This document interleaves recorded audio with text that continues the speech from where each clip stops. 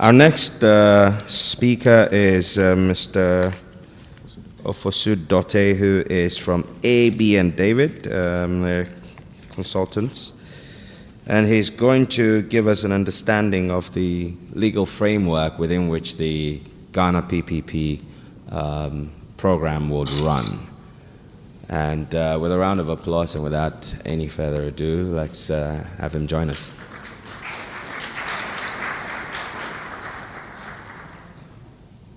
Yeah, good morning, everybody.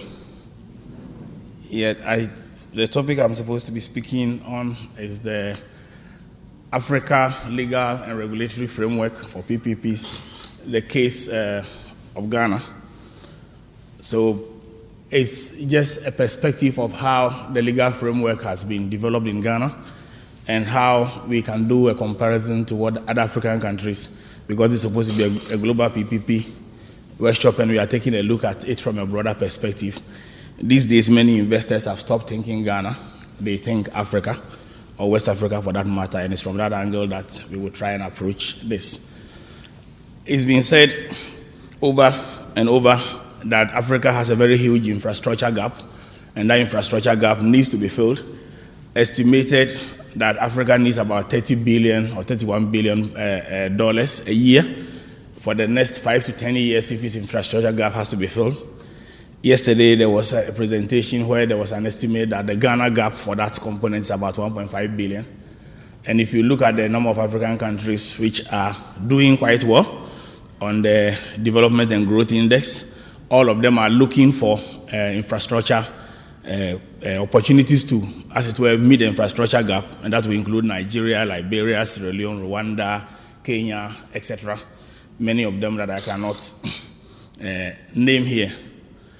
Now, the need for the private sector to play a role comes from the fact that generally the public demands public goods and what they see as public goods because they pay taxes and they expect that their taxes should be able to make provision for roads, hospitals, schools, etc. Then there is the fact that there is a social inclination of the public sector for them to look at these as being public goods, and therefore meeting these public goods have to be done in a way that takes into account the need to satisfy the interests of the public in general and not necessarily private sector motive. Now, the infrastructure needs also include social infrastructure like schools, hospitals, which may not necessarily be yielding profit. And then, of course, it also includes waste management or services, which, for example, collection of waste, etc. And the profit margin on these may not necessarily be as high as you may find in other infrastructure projects. Attendant to this is the limited public funds. So the public sector tends to the private sector, and that is what creates PPPs, which we've been talking about. Whenever the private sector and the public sector meets, then there is some need to do a balancing act, because there is the public sector motive of trying to protect the public sector interest, while the private sector tries to, as much as possible, increase its opportunity for profit. Now, the benefits occur on both sides. I'm sorry, I have to take some water. On the public sector side or on the government side, there is a need for accelerated delivery of infrastructure, and we've talked about it. There's a need to encourage private sector. There's a need to increase international and domestic investments. On the private sector side, or still on the government side, there's a need for risk sharing so that all the risk is not borne by the government. There's a need to ensure that there is good quality of public services and availability of the infrastructure that we're talking about, as well as services. Reduction in the initial public capital outlay. So if, for example, you took a typical road network, let's say Accra to Takoradi, and it may cost you $300 million to do, and the public sector has to cough up that money. If you do a PPP, then that funding may wholly or partially come from the private sector, and the public sector doesn't have to cough that much up initially. And then you could use road tolls as a way of having the cost amortized over a period. So for the public sector, that is one of the benefits that they get.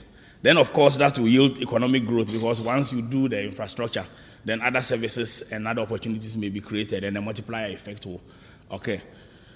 But for the private sector, it is an opportunity to profit, sustainable business over a long period. Most of these public sector PPP type of arrangements will have a 25, 20, 30-year concession. So you have a sustainable business guaranteed over a period, notwithstanding some of the challenges which we'll be dealing with shortly when we continue talking about the law. And I'm trying to set out the basis as to why the law is needed and why the law addresses what it addresses. Then, of course, for the private sector, there is a need for return on investments. I did see in today's, on the front page of today's Business and Financial Times that apparently the speech of the president yesterday, which was read on his behalf, I was here, and at times the captions of the newspapers, at the glance, it says that the president promises a high yield on investments in PPPs. That immediately creates challenges. I mean, if you look at it from that angle. But those are some of the reasons why you need this balancing act in PPP law and things like that. So again, for the private sector person may feel satisfied because it has had opportunity to contribute to growth. So the need for the balance is the biggest challenge that you face because of the public sector perspective to get maximum yield for the minimum output, while the private sector is looking for the maximum profitability for the least output. Now, typically that scale is looking at government which has made promises to fulfill public expectations and a private sector which is seeking to maximize profit, and that creates immediately multiple risks on both sides of the divide.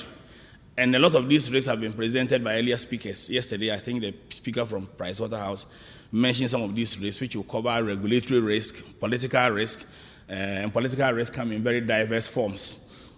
Commercial risk, failure of projects, for example, failure to get adequate market for the project. If, for example, you did a toll road, what happens if you did a Kumasi toll road and whilst you expect a certain throughput of traffic to use that road every day, people start flying to Kumasi and there are 8 flights a day, and therefore the number of volume or the volume of people who use the road have gone down, and therefore the vehicle throughput has gone down.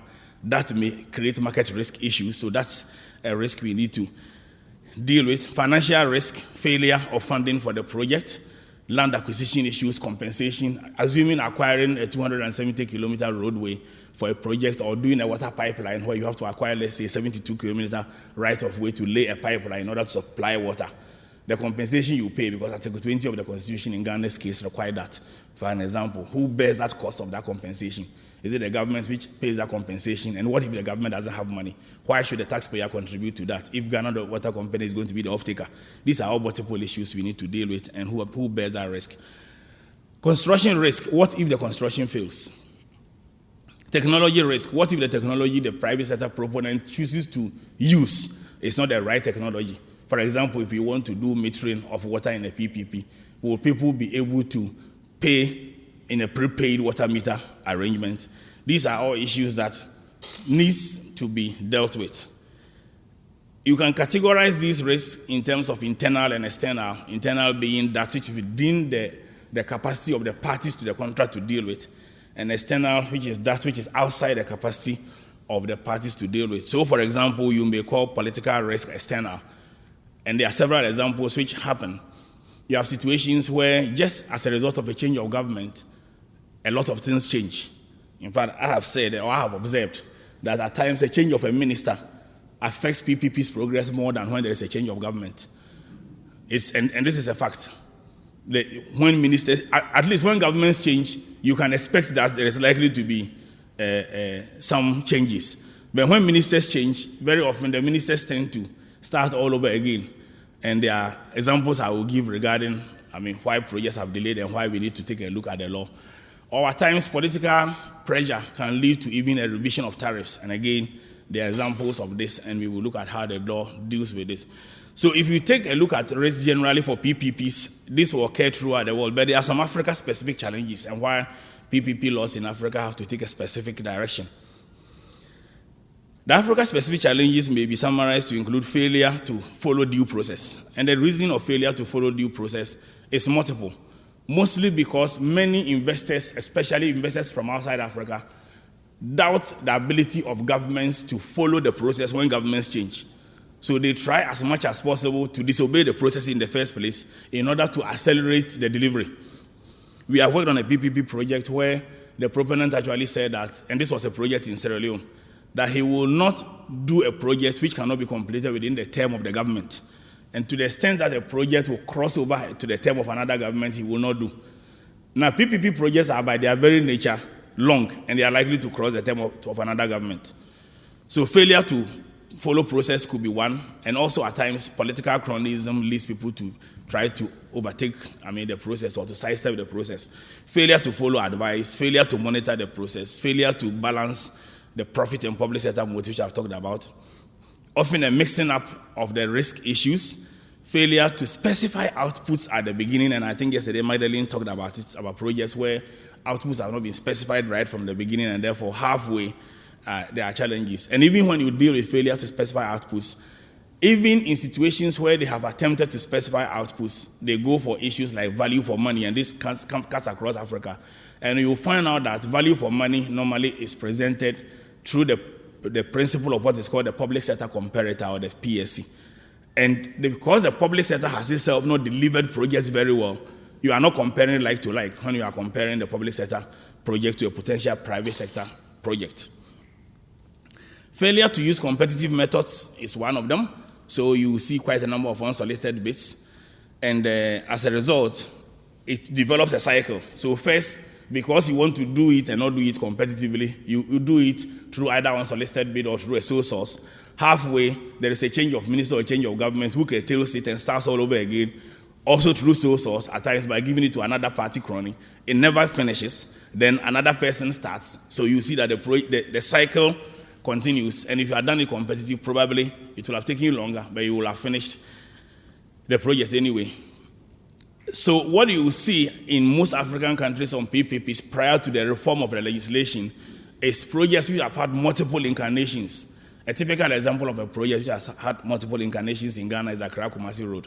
For anybody who has followed the attempt to privatize Accra Kumasi Road, it's been existing for well over a decade, and it has seen about 3 cycles of that incarnation of the same project as a PPP. Also, the other challenge is that there are few successful projects to show. And because investors only build confidence when they have seen that the thing has been done before, it tends to lower the confidence of investors in order for them to make the move and deal with the private sector. Another typical example, other than the Accra Kumasi Road, is the Kumasi Central Market. If you followed PPPs, you will know that this project has been on the PPP table and has seen about 5 incarnations, and it is still having another cycle of life. So, private sector takes advantage of this situation in an attempt to outwit the competition by entering into what they call MOUs, and the MOUs give them exclusivity, and they tend to then exclude other people and block progress for several years, and when often it gets bad, at times it leads to judgment debts.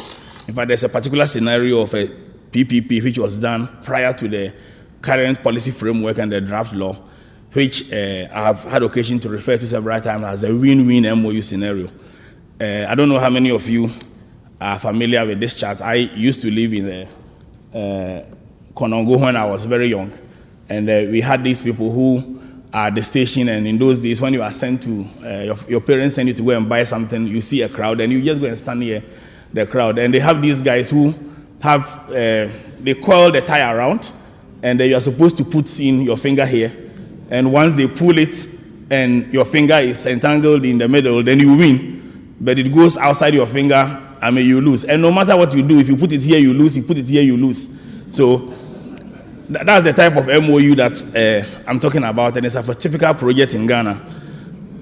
In this particular MOU, which is a win-win situation, for those of you who understand local language, it is called Koko Wandi Tuntumu Wandi.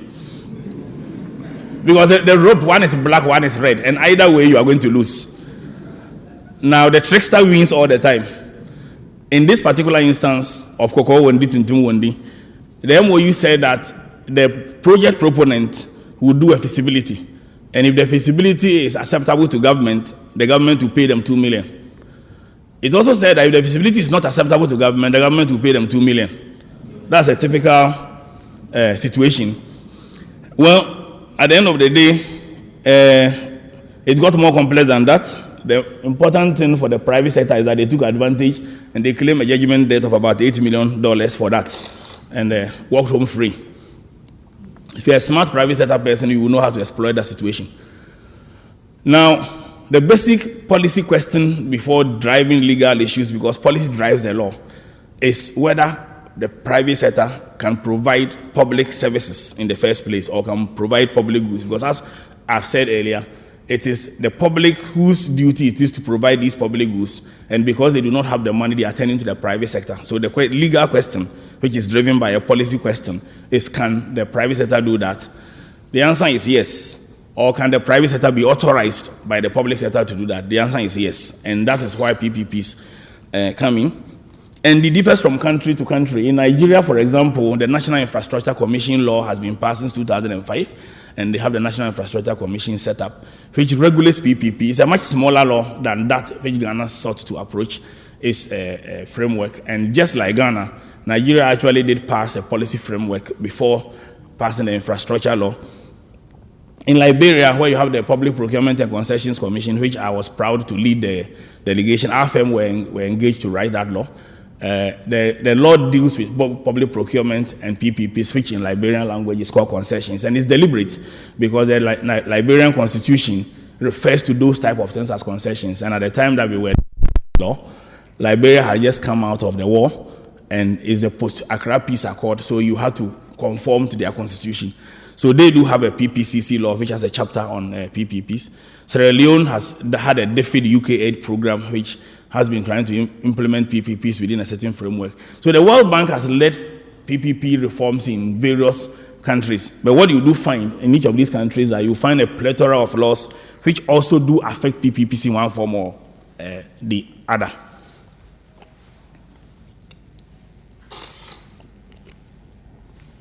In Ghana's case, the constitution itself allows Ghana to have a situation where the private sector will play a role in the public sector, and I have particularly taken the trouble to quote Article 36(2)(a) and (b) for those who like to be legalistic.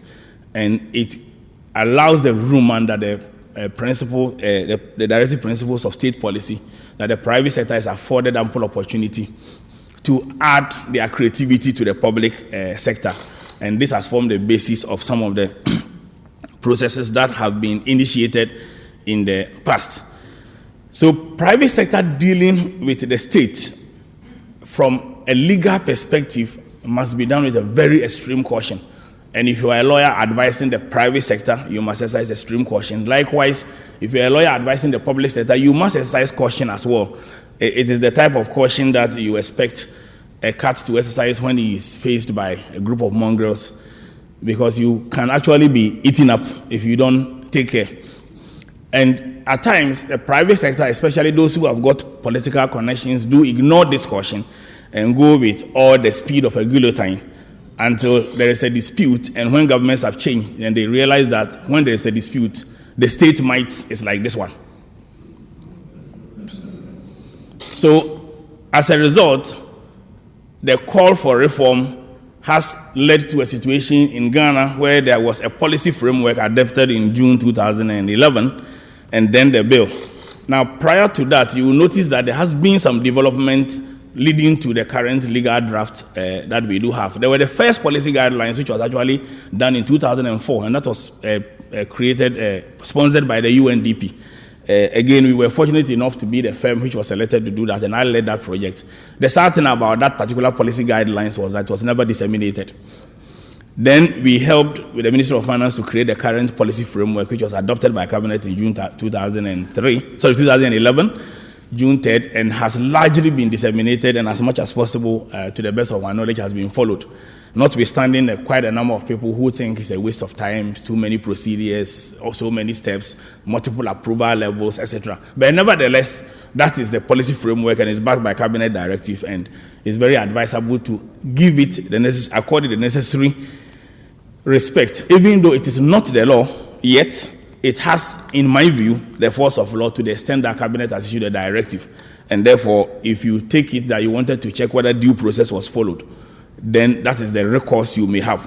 The legal argument will come as to whether or not it actually has the force of law or otherwise. But if you are looking at the risks which are faced by PPP projects, you are safer following a directive than not following it. Having said that, there is a new draft law which I think was mentioned, and that is supposed to be on its way to Parliament, and that's they will go into the gist of that law. Now, that law seeks to solve almost all, if not all, of the problems I enumerated before this point, which are Africa and Ghanaian specific problems. So I would suggest that as much as possible during discussion time, we focus on how the law addresses some of these problems and, of course, other problems which are related to PPPs. To begin with, the law, if passed by Parliament, is supposed to be an act that will facilitate the development and implementation of PPPs in Ghana. So in other words, the law is meant to encourage it. Questions have been asked several times. Why are we passing a PPP law if we do have a policy framework? As I indicated, the policy framework is only a directive of cabinet on the fact that it's an executive and it's supposed to direct things to be done right. Second question has been, why are we passing a PPP law if we do have the Public Procurement Act? Yes, we do have a Public Procurement Act, but for the avoidance of doubt, and this issue has been argued several times, public procurement refers to when you use public funds to procure goods, works, or services. And in PPPs, you are not procuring goods, works, or services using public funds. And many countries came to this realization and have passed PPP laws, so Ghana is no exception. So it is meant to purposely facilitate the development of PPPs, establish institutional structures for the regulation of PPPs, provide the general principles for the identification, structuring, procurement, award, implementation, and management of PPPs. And you will notice that most of the previous problems I related to about PPPs in general and about Africa and Ghana in particular relate to either the procurement process, the identification process, the structuring, the award process, the implementation, or the management of the project. So that's what this law as a whole seeks to do, and has a broad definition which tries to, as much as possible, capture all the issues and says that the scope of the law covers all contractual agreements. In other words, PPP must be a contract between a contracting entity, which is a public sector entity, and a private sector entity with clear agreement on shared objectives. In other words, each party must know why it is entering into that agreement for the provision of public infrastructure and services traditionally provided by the public sector. So again, what you are entering into will be something that will otherwise have been provided by the public sector, as a result of which the private sector party performs part or all of government service delivery functions. So again, the private sector will be performing what is otherwise a public sector function. And lastly, it says, I think that part should have been cut. It says that assumes associated risk over a significant period of time. So the private sector assumes quite a number of the risks that I initially outlined in that chart, which was shown earlier on the risk profile. Now, all such arrangements are not necessarily PPPs, and that's very important. Currently, under the policy framework, privatization or partial privatization is not PPPs. And the law also says the same thing. Now, why is that so? Because in Ghana, we do have what is called the PNDC Law 326. That's the DIC, Diversity Implementation Law of 1993. If you follow, you realize that's one of the last laws which were passed in 1993 before the handover to constitution, from the PNDC regime to the constitutional regime of NDC. And that law regularized the privatization process which had begun under the diversity implementation process. And this policy says that privatization is not PPPs. And I agree with that definition. Why so? Because PPPs, by their nature, have a recourse back to government or a return to government. Privatization, the private sector person takes it permanently and does not return. If you take certain countries, they've approached it differently. For example, the concept of corporatization from Poland took a situation where they separated the assets from land. And that alone created different legal concepts. But the Ghana concept is different because in Ghana, we don't have that type of legal regime. So we excluded full privatization or partial privatization. The policy framework also says that outsourcing, unless there are significant risks assumed by the private sector, is not PPPs. Now, the law takes a slightly different view when it comes to outsourcing. The need for the law poses a situation where it tries to recognize the fact that PPPs by their very nature are very agreement intensive. And there's no need denying that. PPPs are very, very agreement intensive and have quite a lot of legal issues in it. And especially in countries where the risks are higher. So you see a typical force majeure clause in, let's say, what is called advanced countries, and it may be slightly different from a force majeure clause in an African country, where somebody will have to then back it up with a lot of risk, including meager underwriting, etc., in the event they occur.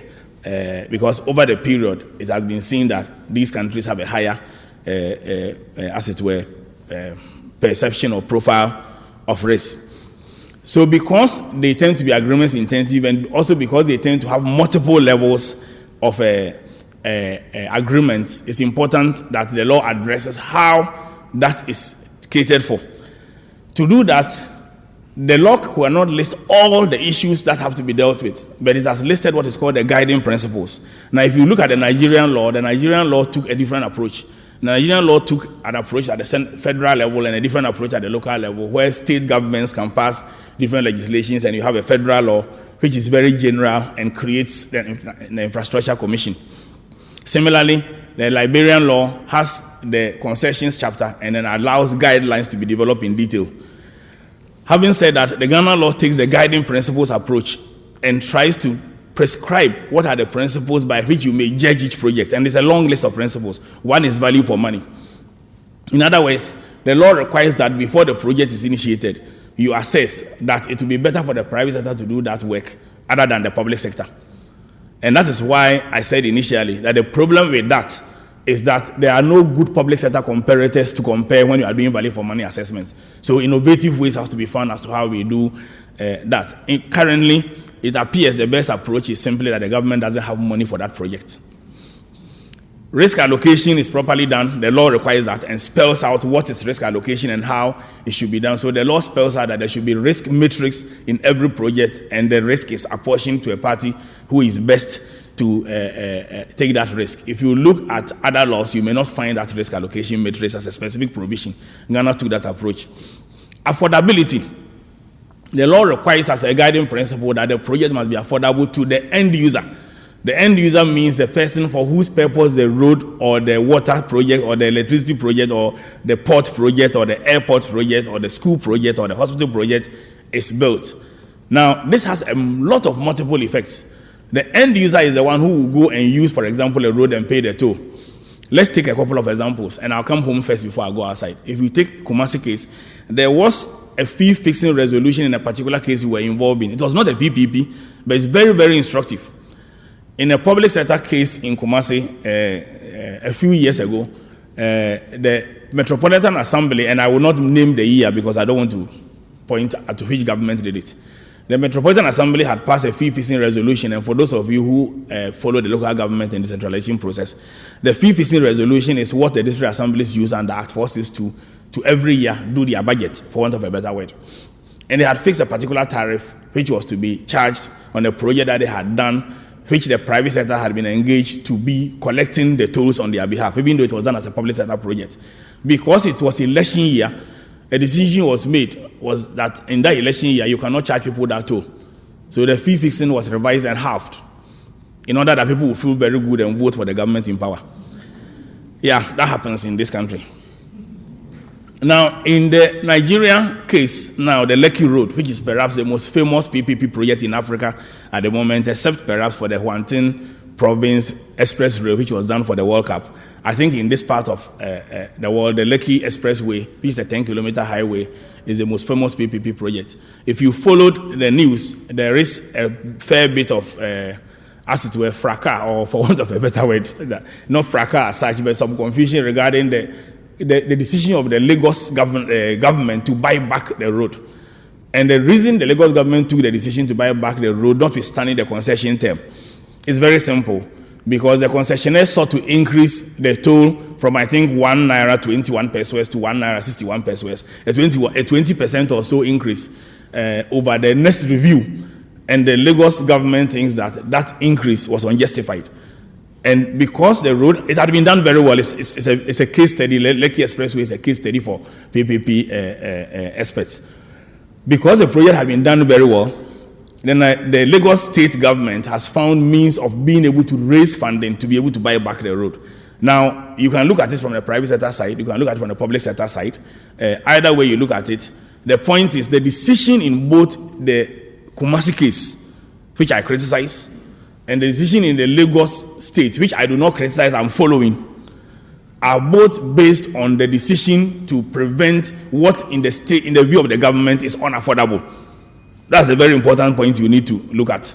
And therefore, when this law takes the approach that end user affordability should be a factor in the assessment of the PPPs, it's a very, very important legal principle. It doesn't just end there. End user affordability also drives another thing. It drives something called the viability gap scheme. It is possible that the government is the one who fixes tolls, and let's use the road as an example. It is the Minister of Transport who has the power to fix tolls on any road.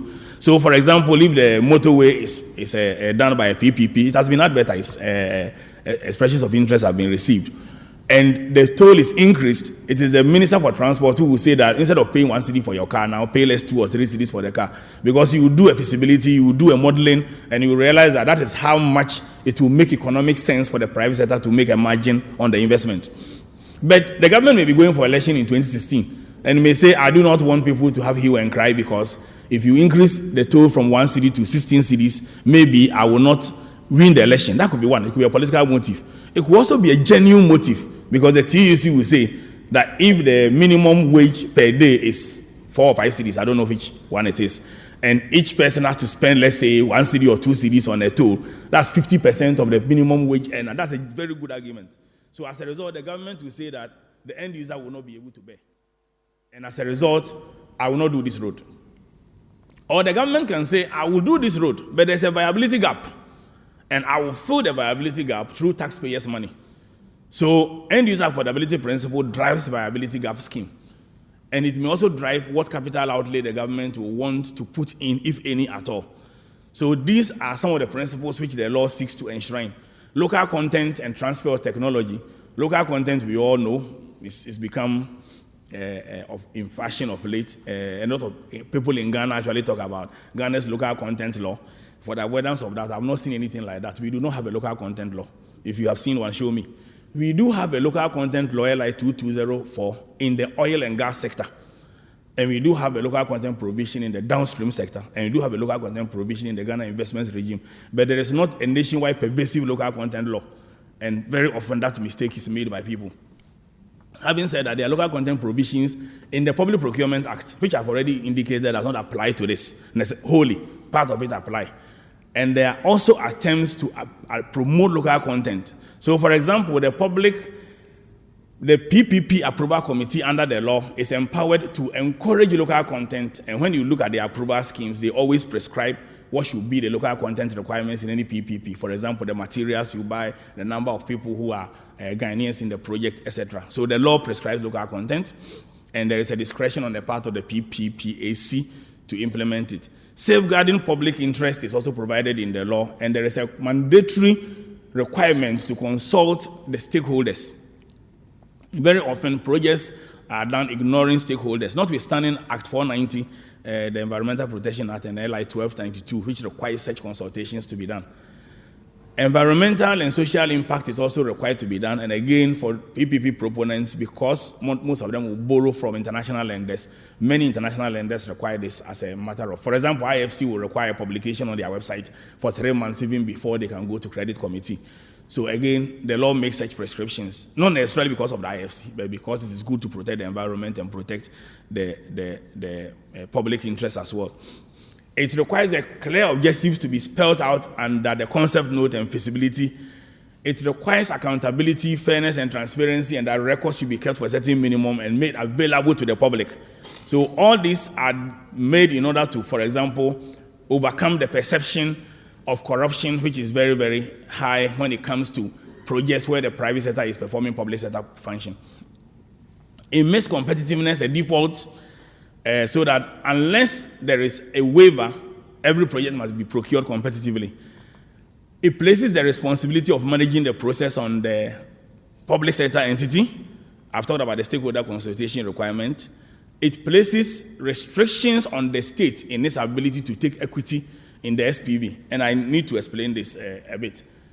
Almost every PPP project I've seen, in fact, I'm yet to see an exception, is done through an SPV, which was explained yesterday as a special purpose vehicle. The reason why it is done in that way is because the proponents always want to do it on an off-balance sheet.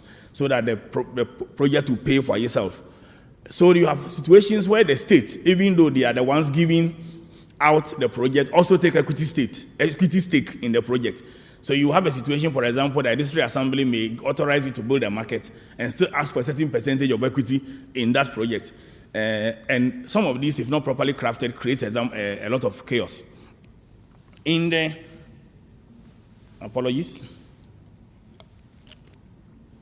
the pre-PPP draft law days, the AMA, to the best of my knowledge and monitoring of this sector, we've monitored this sector for over 2 decades, actually created what is today called the Mokola Mall.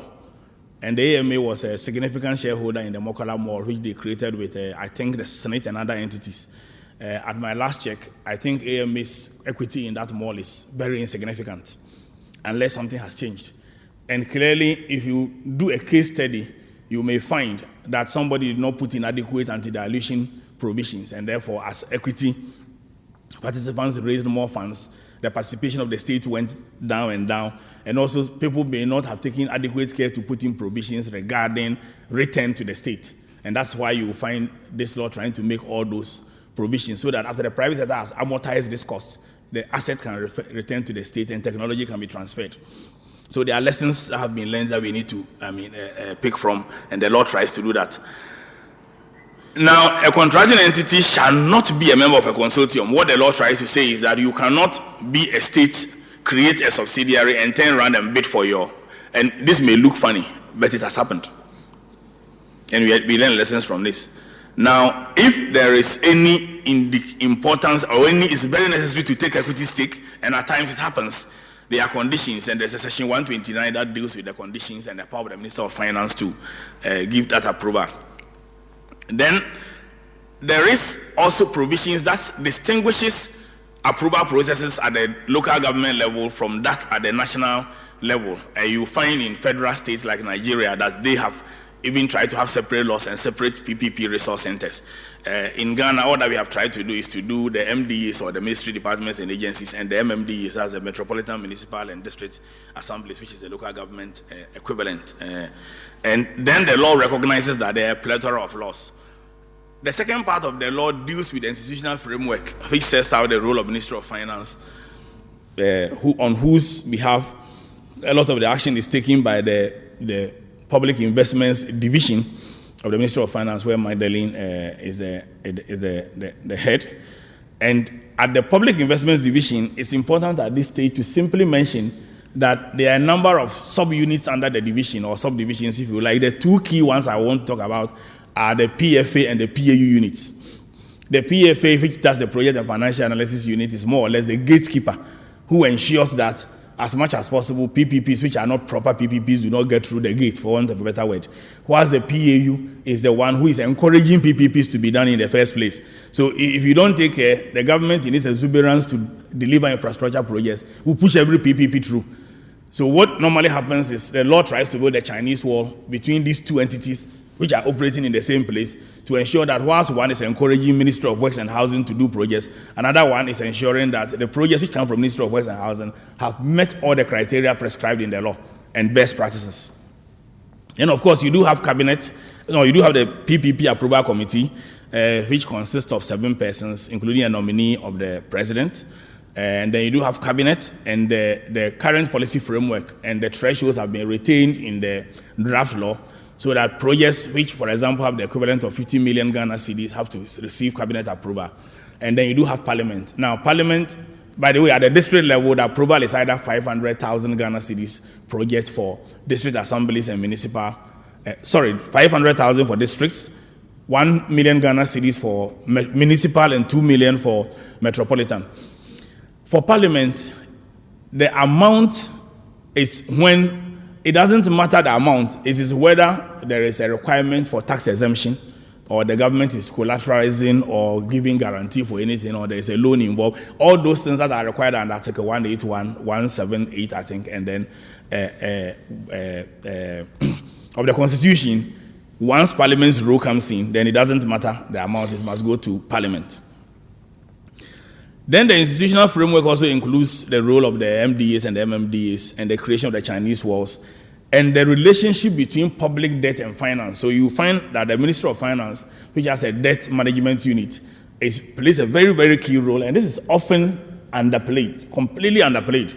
I've heard very, very responsible people who have referred to PPPs in very basic terms. Right? It's simply like I have land, come and develop. It's more complex than that. Even the I have land, come and develop has gotten very complex these days, especially in the real estate sector. But having said that, when it comes to the public sector and the private sector dealing, it's a much more serious issue than that, and the relationship has to be very clear. Let's take an example.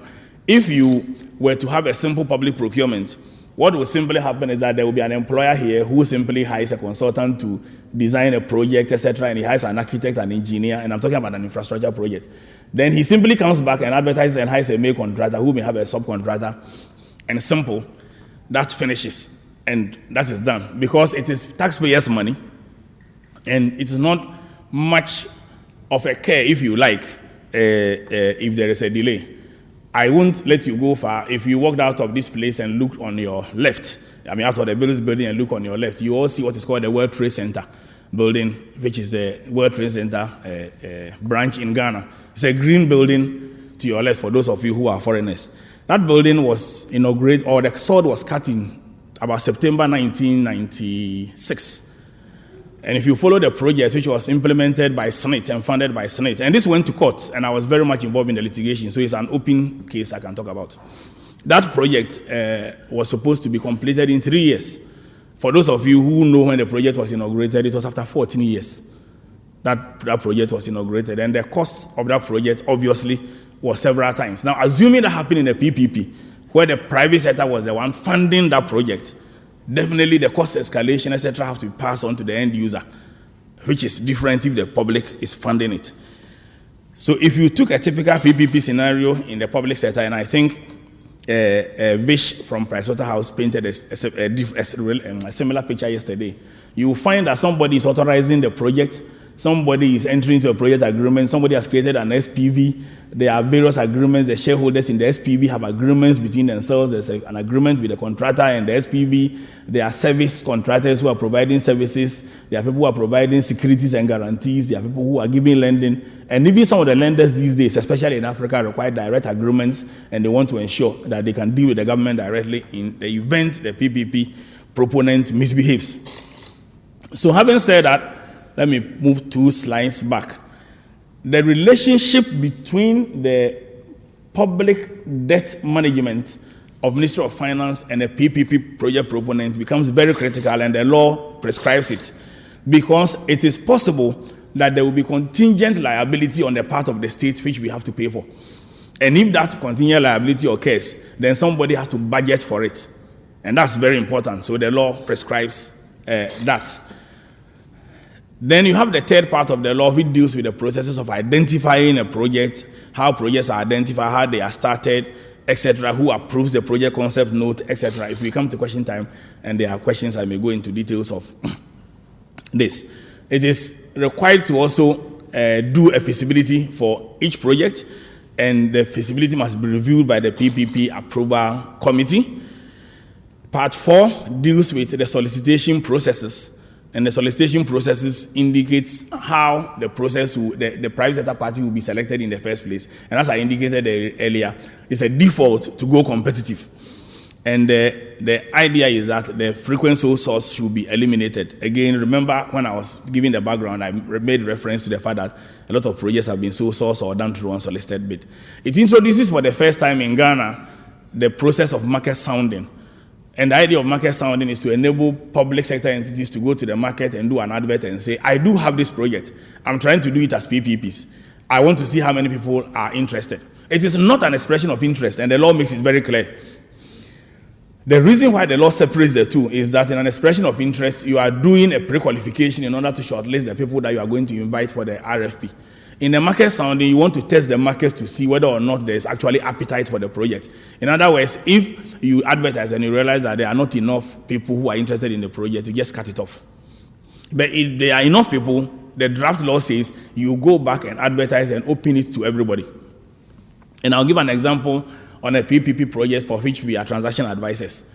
Even though we have not gone to the market, somehow the information has leaked. And even before the RFP is issued, there are already 14 expressions of interest already submitted to the government. In a project where people have, and one government official actually described it as hawks descending on us, where you have 14 people expressing interest, even before the government has announced its intention to put the project out, you don't need to bother doing market sounding. Because the appetite is there. It means when you issue the RFP, people are likely to come. And what you do is that in such things, you structure the project in such a way that the government can maximize the amount of money it can get or benefit it can get out of the project. And that's how it's structured. So I talked about market sounding.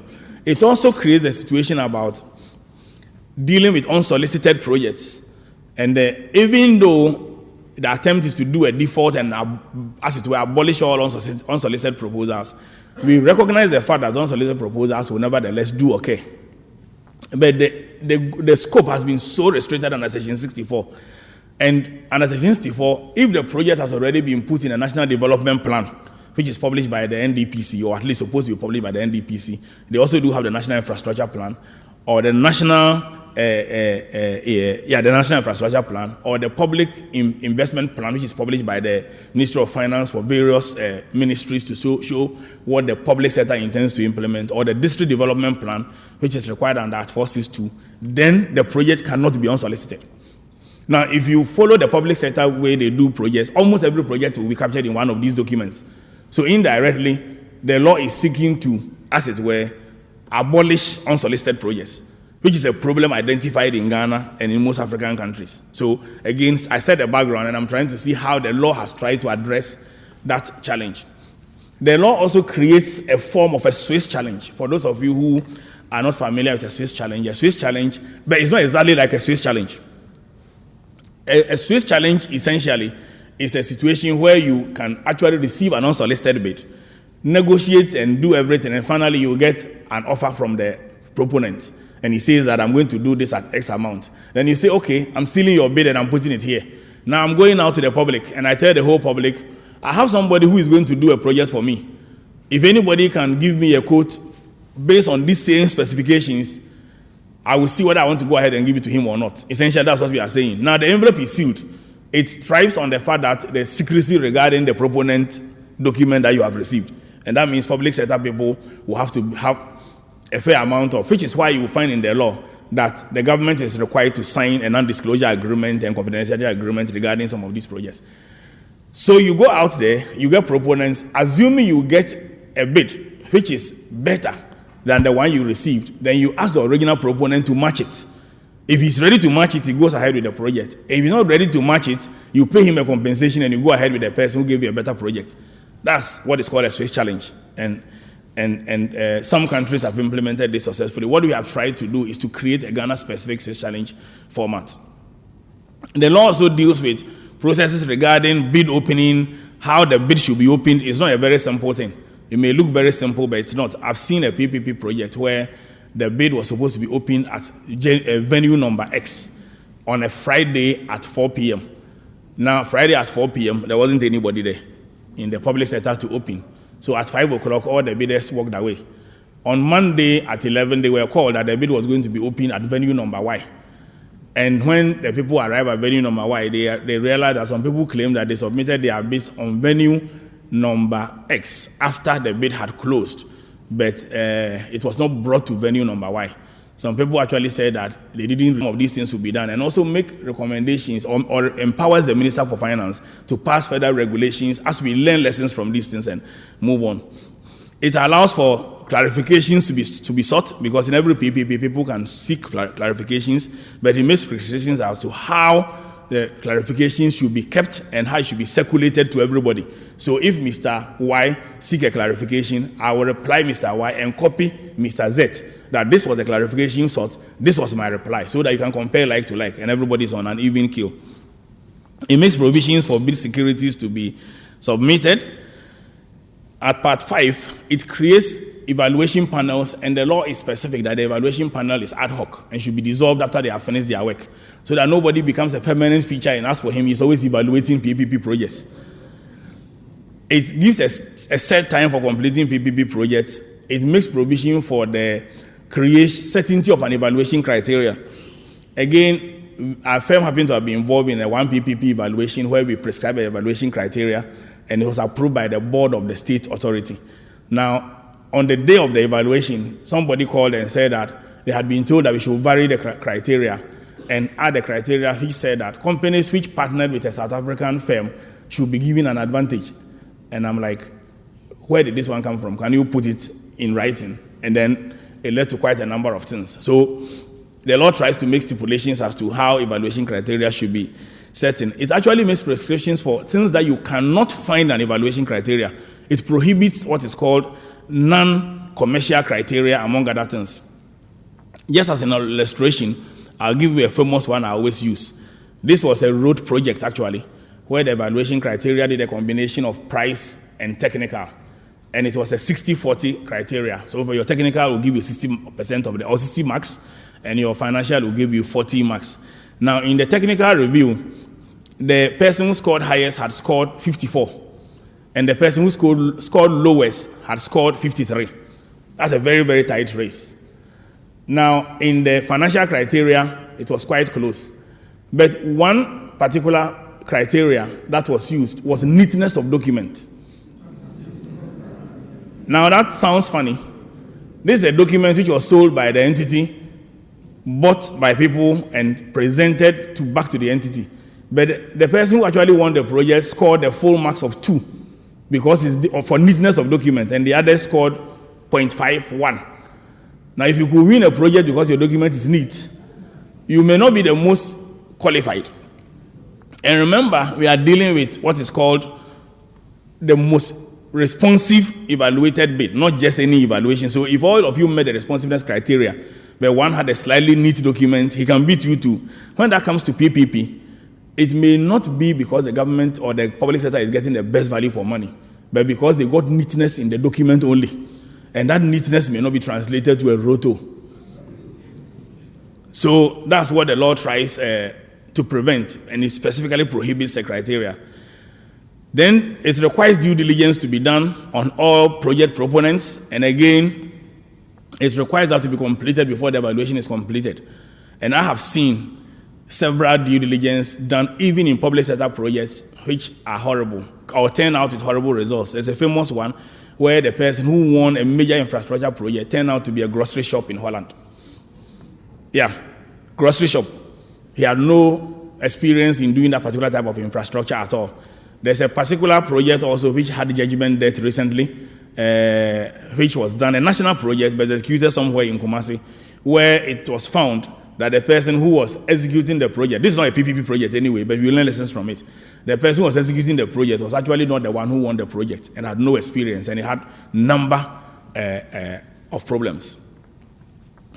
So due diligence is required and prescribed in the law.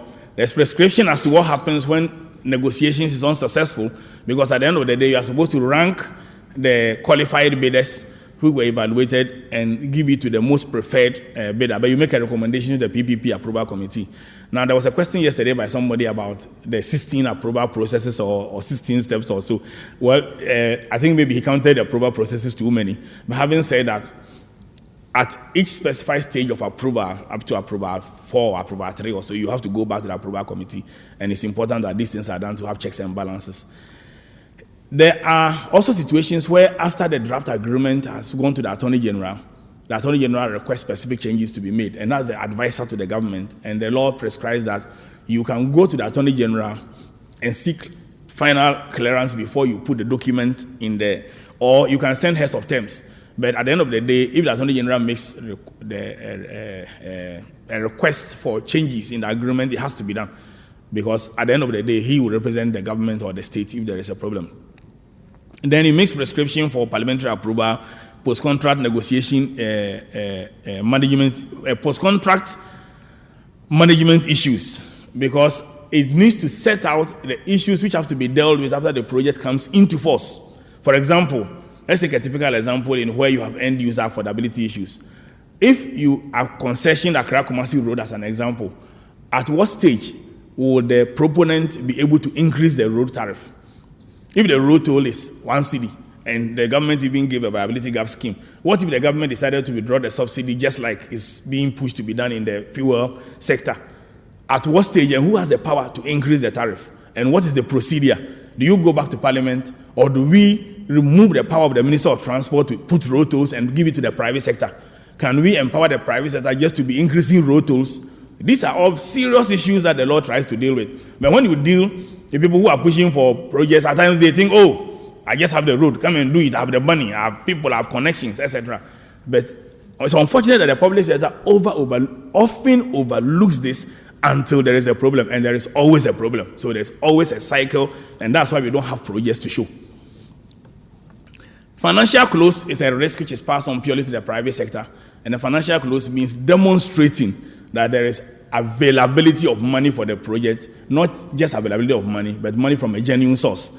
Again, I've seen a project where the private sector person has demonstrated availability of money, but somebody has hinted from another country that the source of the money is suspicious, and that it was an attempt to do money laundering. So again, it is some financial close, not as simple as availability of money. Then there are several projects where the project has been finally closed commercially, but the private sector party was never able to bring the money. So again, financial close provisions are made for in the draft. Part 6 deals with contract management, which is one of our biggest failures. We do the projects, execute them, but we never manage the contract. And contract management is very, very important, especially in projects which there is a tendency for it to return to government at the end of the day. Because if you don't take care, the private sector party will milk all the income, and he will return a project which is deteriorated, and the amount of money the government needs to use to put the project back in place is worse than if you had actually done the project as a public procurement in the first place.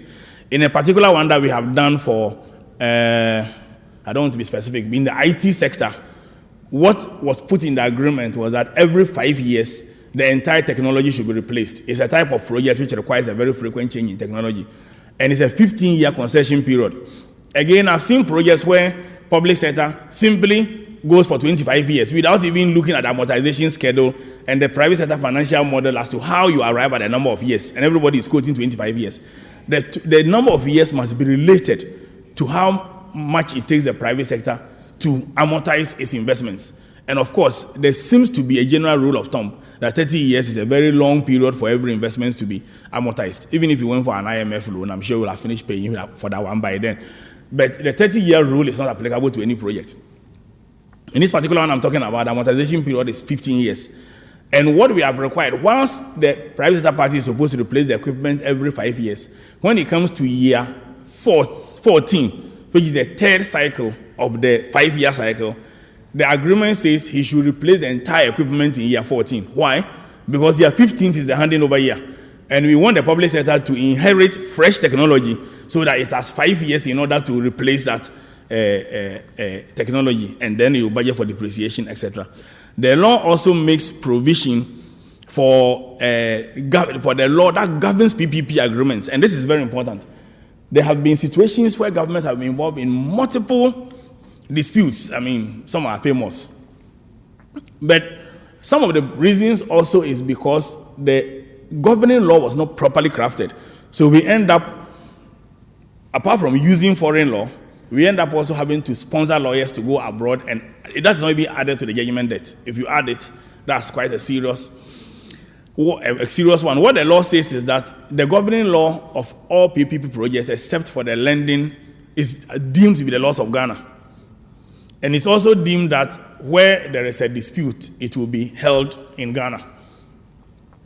However, when it comes to lending agreements, because for lenders, most of them are likely to be foreigners, the parties have the freedom to choose their law. It doesn't say you should choose English law or Chinese law or US law. It says you have the freedom to choose your law and party autonomy will be respected. But it says where the parties fail to choose the applicable law, it is deemed to be the laws of Ghana. So again, that's how we solve part of the problems that was seen before the law was drafted. Matters related to ownership of assets have been dealt with in the law. If you look at Article 20, you cannot just acquire anybody's assets. You must also pay compensation.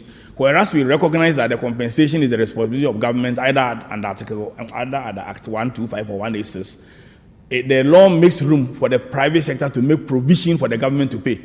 So you add it to what is called the capex of the project, so that because the government doesn't have money in the first place, that's why it's coming to the private sector. So again, that is dealt with in the law in that sense. Part 7 deals with complaints. There are a lot of complaints in this sector, and at times the complaints end up in court. What the draft law has sought to do is to create a complaints mechanism. And there is a 7-member committee which is supposed to be set up by the Public Procurement Authority. And now this is important. Even though I said initially that this is not public procurement, there are certain aspects where the public procurement comes in. One is when the government is hiring transaction advisors, or where the government is spending any part of the money, of government's money, then he has to go back to the Public Procurement Act. Secondly, when it comes to dispute resolution, complaints, the complaints panel is set up by the Public Procurement Authority. The reason is they have tried and tested their systems, and there's no need creating another system for that purpose. But they will create a specific panel for PPPs. Now, the disputes may involve several things. For example, a dispute may involve users of the PPP project, and every private sector proponent is required to send returns every 6 months regarding the complaints it has received, etc. And the panel can hear complaints and make recommendations to the minister. Its recommendations may include suspending the project, cancelling the project, having punishments, etc.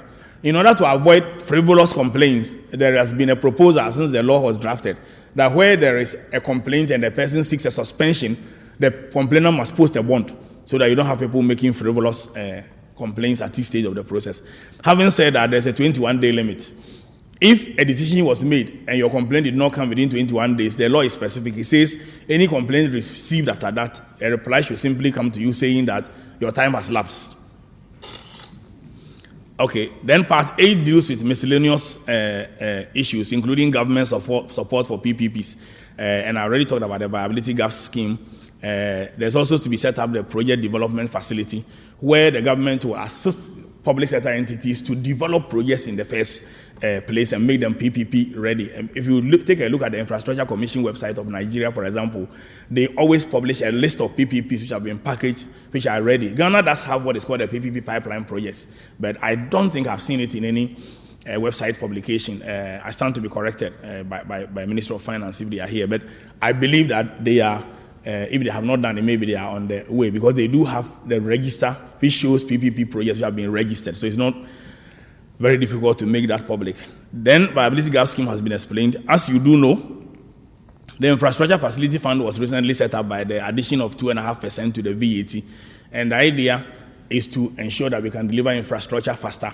And one of the ways that the government can assist and support PPPs where there are viability gaps is for the Infrastructure Facility Fund. I do believe there is a room there for donors to also contribute to the Infrastructure Facility Fund, which means to me that how we manage PPP processes we are doing now is very important, because that may be what will drive confidence in people for them to put in more money to ensure that we can develop PPPs and deliver infrastructure faster.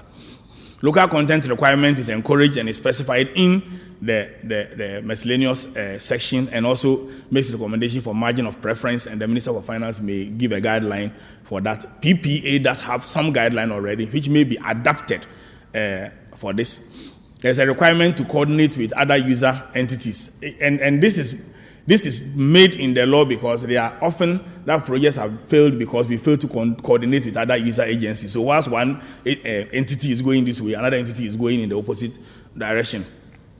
Then there's a section 129 which deals with a limit on the part of the government to take equity in the project.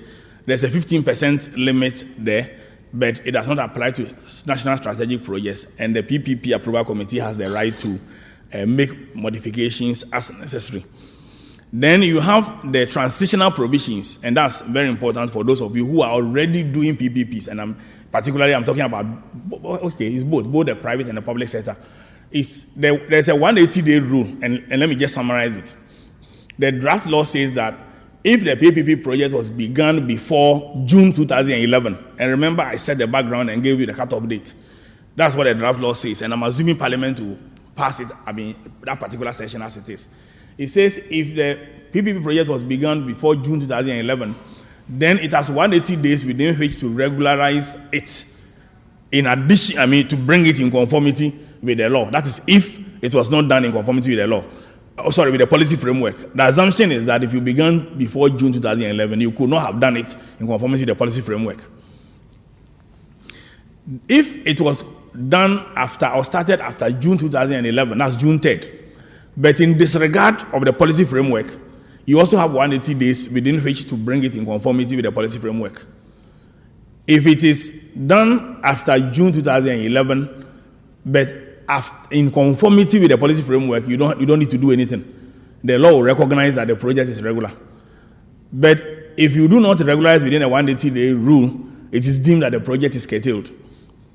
And you have to start all over again. So for those who have ongoing projects, yes, what is important now for you, from a legal perspective, is just to make sure that the project fulfills the conditions of the PPP policy framework adopted on 3rd June 2011. Because if you don't, and assuming Parliament passes the law as it is, then your project has a risk of having to regularize itself all within the 180 days or being curtailed altogether. All right. Clearly, this poses a maze for PPPs, and I described earlier the advantages the private sector seeks to get when they do PPPs, a huge profits, etc. But without going through these processes, and people get scared about the length it takes, we have done a PPP project which started and closed in 6 months. Closed, and when I mean closed, I mean financial close. 6 months. Of course, it was not a huge PPP project, but fairly huge. It involved about $30 million. And we've been on a PPP project which has seen life cycles for the past 10 years. We've been on PPP projects which has closed in 2 years. Everything depends on the ability of the entities to recognize all the risk and structure the project very well from the beginning. And a lot of the onus rests on the public sector. Once you overlook it, you will go and meet it somewhere, and the stumbling block will come and hurt you, or after you have retired, you'll be called before the Judgment Debt Commissioner or somebody who does some inquiry. It always happens. The other thing that as a nation we want to avoid, that's why we've put these mechanisms in place, and I'm saying we, even though I'm for the private sector, I don't work for the government, but we did the drafting of this law for the government. The other thing we want to avoid is to avoid the Portugal and Greece situation. You can choose one of the two. Part of the trouble Greece and Portugal went through recently includes the ability or the debt stock that was incurred by the government as a result of doing projects with the private sector as well. So we have to try to avoid that and learn from other practices. And it will appear that the examples like UK, South Africa, Brazil, and Brazil, for example, has benefited a lot from PPP projects. And if you look at their structure, a lot of the projects are well structured, very well structured. They recently awarded the Sao Paulo airport to one company billions of dollars for its refurbishment. I think I did hear yesterday or a couple of days ago regarding the attempt to do the same for the Kotoka International Airport, etc. If we take care of all these things, probably, then we will become another example that everybody has to look at. Then we also always have to watch emerging issues, and the law requires that we look at emerging issues so that the Minister for Finance can pass regulations to address emerging issues. One of them, for example, I talked about the Nigeria case of the Lekki buyback. How do we, when we recognize that after the state has started the project and halfway, the state has enough money to be able to buy back the project, how do we prevent people from capitalizing and cheating the end user? And how do we also ensure that we do not do any state intervention without killing private sector confidence? So all those things are things that, so as a result, you see that what the law does is to allow the creation of the mother law, allow the Minister of Finance to create regulations, and also make room for the passing of directives as and when they become necessary. So, in a nutshell, that's what the legal framework for Ghana is, and that's a case study for what's happening generally in Africa. Thank you.